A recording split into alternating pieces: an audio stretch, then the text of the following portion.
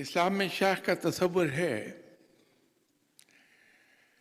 لیکن وہ تصور ان معنوں میں نہیں ہے جن معنوں میں ہم لیتے ہیں۔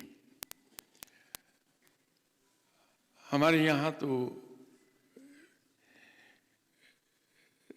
تصوف کی جو فارم آج کل رائج ہے وہ تصوف نہیں ہے جو انڈین سب کانٹیننٹ میں آیا تھا۔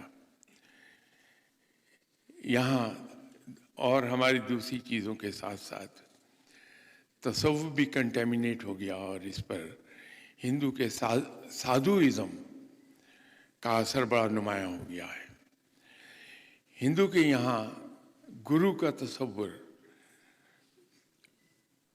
جان کے مالک تک کا ہے کہ وہ ہماری جان کا بھی مالک ہے، گرو۔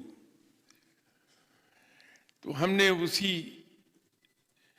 کے زیر اثر اپنے یہاں شیخ کا تصور مرشد کا نام دے کر ایسا بنا لیا کہ وہ بالکل ادھر ہی چلا گیا جہاں گرو کا تصور ہے۔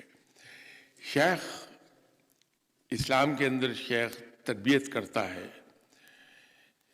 علم عطا کرتا ہے، جو کچھ اس کے پاس ہے وہ پاس آن کر دیتا اپنے شاگرد کو، اور شیخ بمعنی بڑے آدمی کے استعمال ہوتا ہے، اور بڑا آدمی وہی ہے۔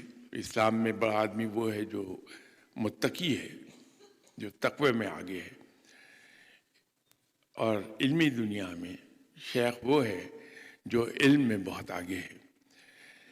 اگر ہم اپنا کانسیپٹ کلیئر کر لیں کہ اسلام میں شیخ کا تصور اس شخص کا ہے جو علم کی انتہائی بلندیوں پر ہے اور جس سے لوگ فیض یاب ہوتے ہیں، اس سے علم سیکھتے ہیں، تو یہ اسلامی تصور ہو جائے گا شیخ کا۔